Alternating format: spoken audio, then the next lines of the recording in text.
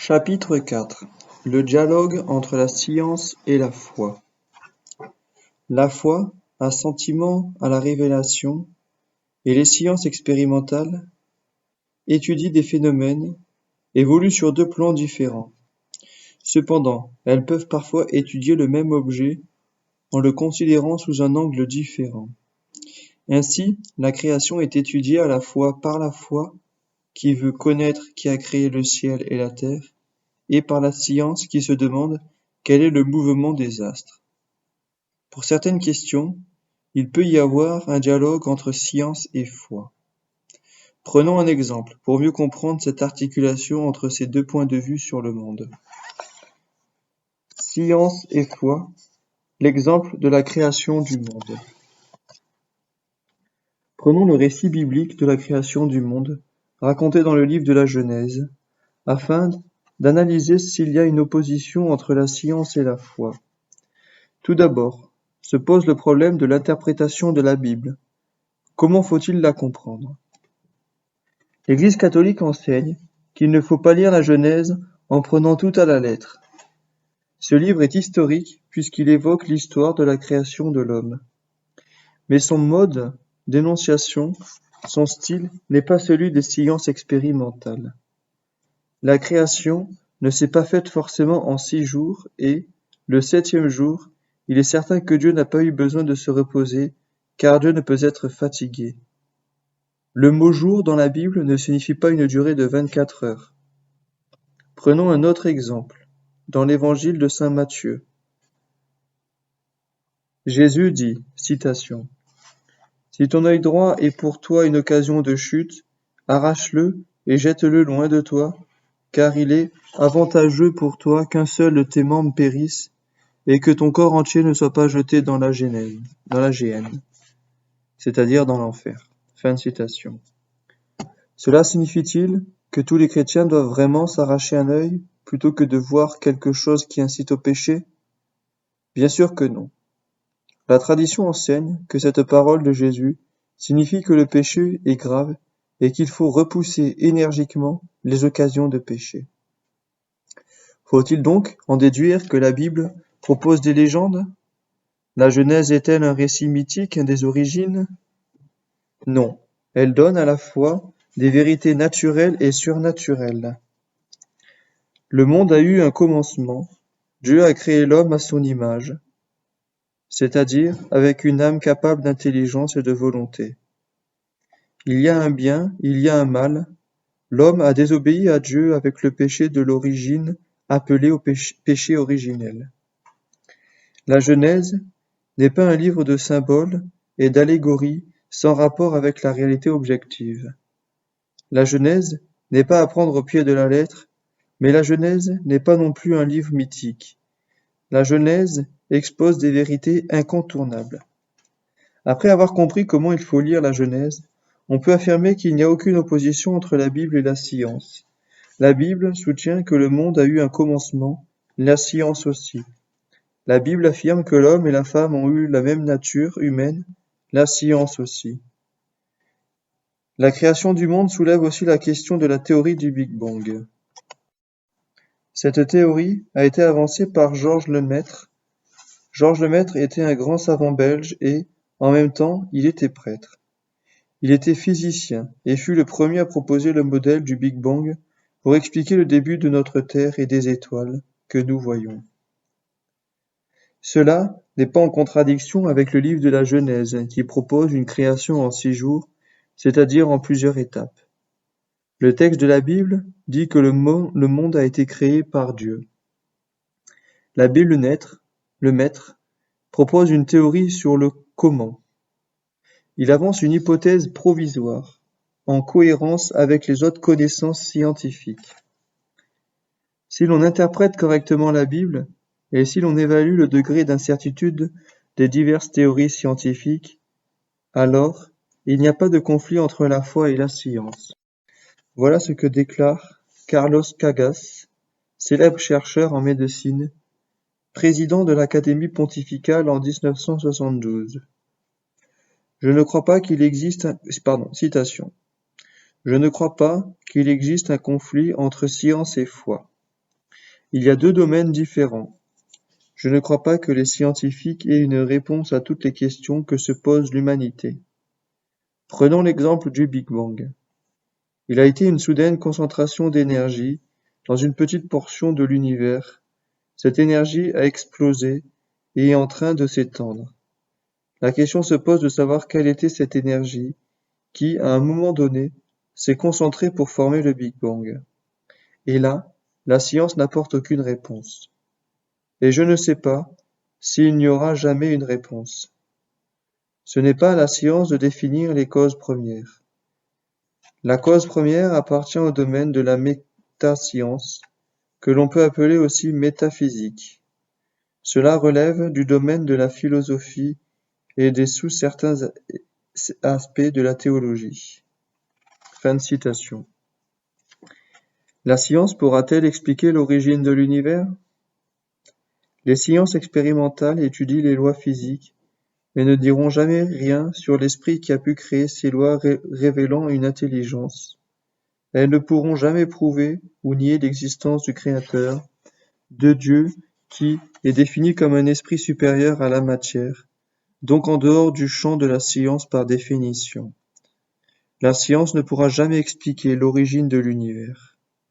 Elle expliquera que le monde provient d'une énergie, que l'énergie provient d'une explosion, que l'explosion provient de quelque chose d'autre, que ce quelque chose d'autre provient d'autre chose, etc. La science essaiera de remonter les causes secondes, mais elle ne pourra jamais expliquer pourquoi il y a quelque chose plutôt que rien. Autrement dit, la science peut expliquer les causes secondes, mais elle ne peut expliquer la cause première. La discipline qui étudie les causes premières est une partie de la philosophie qui s'appelle la métaphysique. Par exemple, nous venons de voir que la science pouvait remonter la chaîne des causes, mais ne pouvait pas cerner une cause première. Or, l'intelligence se dit qu'il faut bien qu'il y ait une cause première, car autrement, toute la chaîne des causes serait elle-même sans cause, ce qui serait absurde. Cette cause première, au principe de tout, a elle-même sa propre cause, et ce que la philosophie appelle Dieu. L'idée de Dieu, si elle est en dehors du champ des sciences expérimentales, n'est pas en dehors du champ de la raison. Cette raison est à l'œuvre dans la pensée de l'homme, quand il réfléchit aux questions métaphysiques, comme elle est à l'œuvre quand l'homme réfléchit à la science, à la morale, à la politique, à l'économie, etc. La question du polygénisme ou du monogénisme. Examinons la question de la prétendue opposition entre la foi et la science, avec un dernier exemple, la querelle entre le polygénisme et le monogéisme. La question est de savoir si les hommes descendent tous d'un même couple au départ, monogénisme, ou s'il y a eu plusieurs premiers couples dans différents endroits de la planète, polygénisme. La question a commencé à se poser quand on a découvert l'Amérique et ses habitants dont on ignorait l'existence. Au XVIIIe siècle, Voltaire et de nombreux intellectuels et scientifiques de l'époque défendirent le polygénisme. Ils prônaient l'idée de plusieurs couples apparus sur les différents continents, chaque couple correspondant à une race. Citation. Il me semble alors que je suis assez bien fondé à croire qu'il en est des hommes comme des arbres, que les poiriers, les sapins, les chênes et les abricotiers ne viennent point du même arbre, et que les blancs barbus, les nègres portant laine, les jaunes portant crin, et les hommes sans barbe ne viennent pas du même homme. Citation de Voltaire dans son traité de la métaphysique, 1734. Voltaire traite même les catholiques adversaires de cette théorie d'aveugles. Citation. Il n'est permis qu'à un aveugle de douter que les blancs, les nègres, les albinos, les hautes-noces, les chinois, les américains soient des races entièrement différentes. Fin de citation. Le chirurgien de marine John Atkins inaugure le polygénisme scientifique.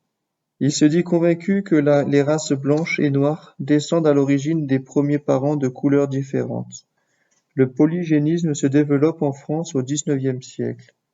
En 1858, Georges Boucher publie de la pluralité des races humaines. Les scientifiques matérialistes de l'époque sont polygénistes et anticléricaux. Les scientifiques chrétiens du XVIIIe et XIXe sont monogénistes. Or, depuis toujours, l'Église affirme que tous les hommes descendent d'Adam et Ève, bien qu'il y ait des noirs, des blancs, des jaunes. L'Église catholique a toujours condamné le polygénisme. Dans l'encyclique Humanis Generis, en 1950, le pape Pie XII écrit, citation, « Mais quand il s'agit d'une pauvre vue conjecturale qu'on appelle le polygénisme, les fils de l'Église ne jouissent plus du tout de la même liberté.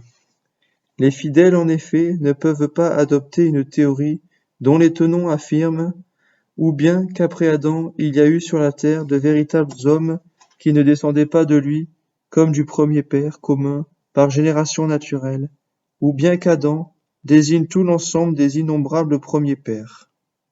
En effet, on ne voit absolument pas comment pareille affirmation peut s'accorder à ce que les sources de la vérité révélée et les actes du magistère de l'Église enseignent sur le péché originel, lequel procède d'un péché réellement commis par une seule personne, Adam. Et ce péché, transmis à tous par génération, se trouve en chacun comme sien. » Fin de citation. Y a-t-il donc une contradiction entre la science et la foi sur ce point? La science procède par hypothèse, par tâtonnement, et des progrès ultérieurs viennent parfois infirmer des théories scientifiques plus anciennes. Et c'est en effet le cas. Après le progrès de la génétique, la science a mis en évidence la faible diversité génétique des populations actuelles. Elle en déduit que nous avons bien un ancêtre commun, et elle remet donc à l'honneur la thèse du monogénisme.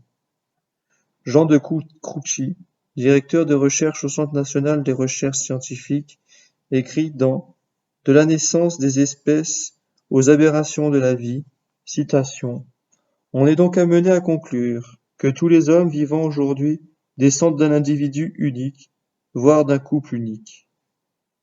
Il est plus raisonnable d'admettre qu'Adam et Ève ont réellement existé. » Fin de citation.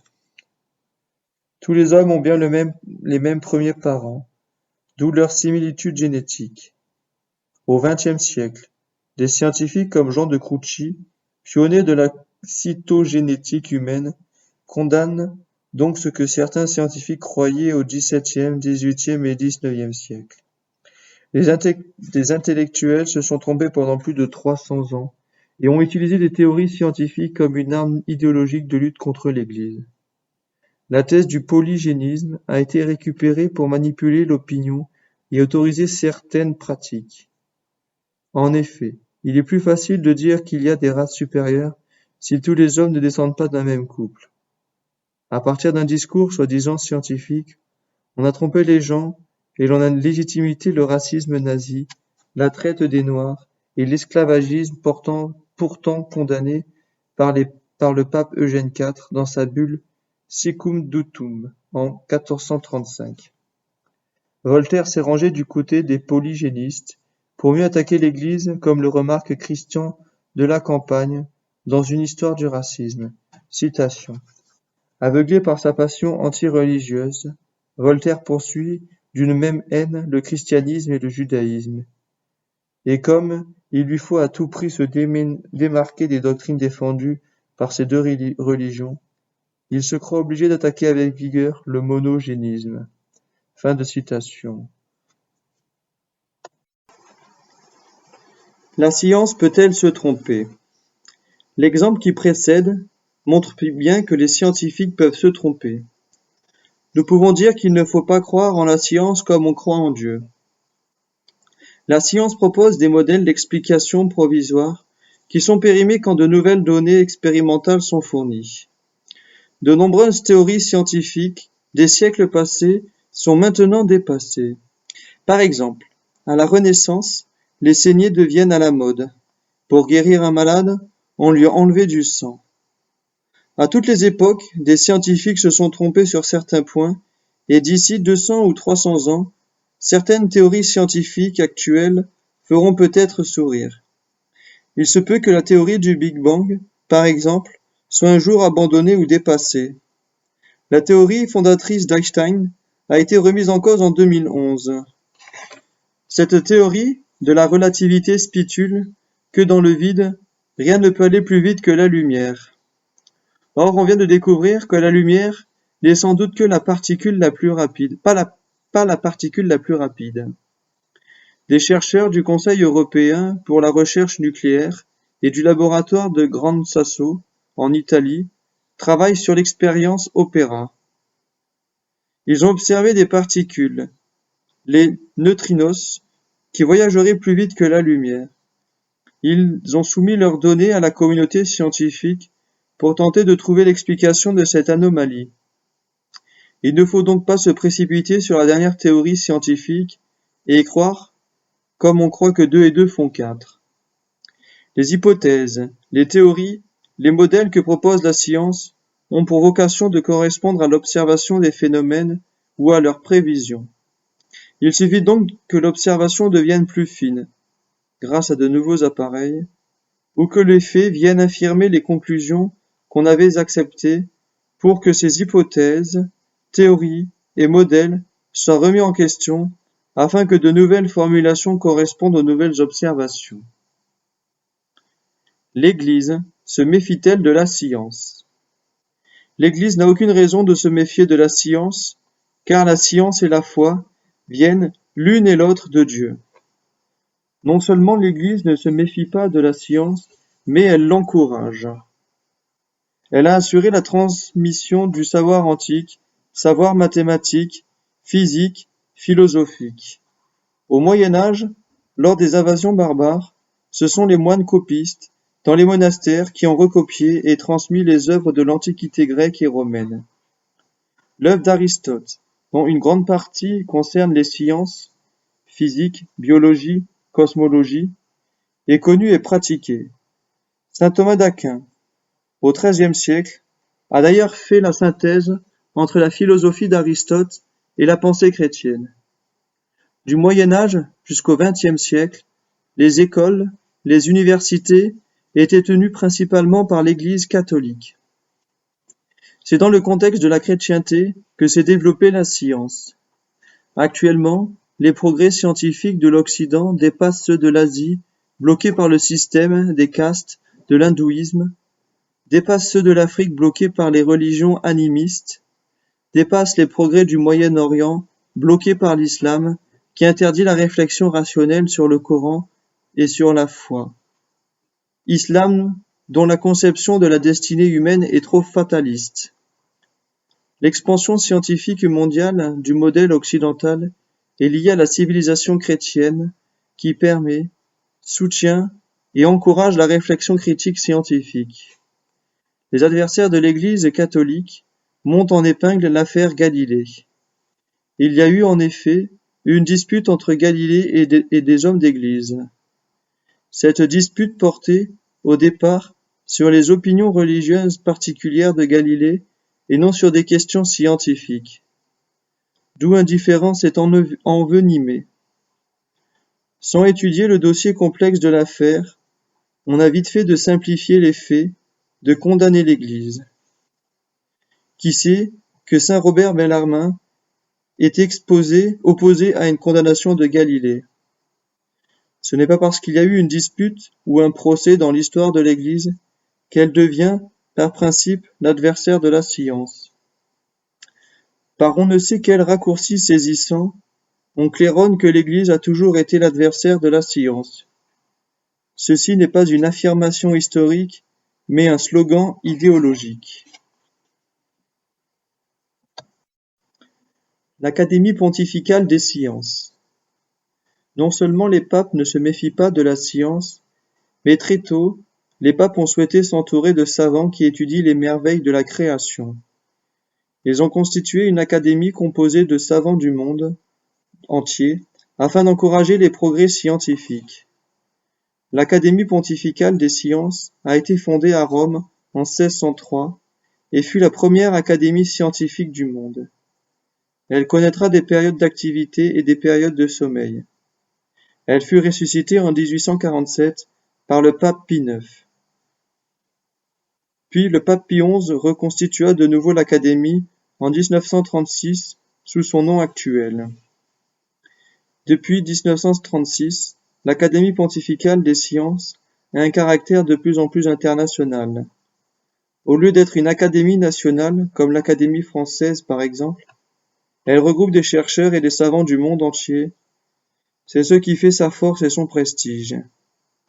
C'est pourquoi l'Académie pontificale des sciences est l'assemblée qui compte le plus grand nombre de lauréats du prix Nobel, la plupart d'entre eux ayant été élus à l'Académie pontificale des sciences bien avant de recevoir le prix Nobel. Son rôle est de faire avancer la recherche scientifique et de conseiller le pape et ses collaborateurs. Elle travaille notamment dans tous les domaines où les applications de la science relèvent du domaine moral. La puissance atomique et la paix dans le monde, les progrès agroalimentaires et la famine, la médecine et la bioéthique, l'avortement, l'euthanasie, etc. L'Académie maintient des relations et des échanges de publications avec d'autres académies et divers instituts de recherche scientifique. Elle est membre du Conseil international pour la science. Elle compte 80 membres nommés par le pape après avoir été élus par les autres académiciens. Nous avions évoqué la figure de l'abbé Lemaître, prêtre catholique à l'origine de la théorie du Big Bang. Il fut nommé par le pape Pie XII, président de l'Académie pontificale des sciences. C'est bien la preuve qu'il n'y a pas de contradiction entre la foi et la science. La liste des académiciens est impressionnante. Elle regroupe les plus grands noms de la recherche scientifique actuelle. Évidemment, tous ces savants partagent les idées du catholicisme ou, en tout cas, n'y sont pas opposés. Alors si quelqu'un vous dit, citation, « Moi je sais que Dieu n'existe pas, que ce sont des imaginations et que la science a balayé toutes ces histoires, » fin de citation, vous pouvez lui apprendre que beaucoup de prix Nobel sont croyants. Et cela ne date pas d'aujourd'hui. Voici quelques noms célèbres d'anciens académiciens pontificaux qui ont fait accomplir à la science des pas de géant. Branly, Marconi, Planck, Rutherford, Borch, de Broglie, Fleming, Le Prince Réguier, etc.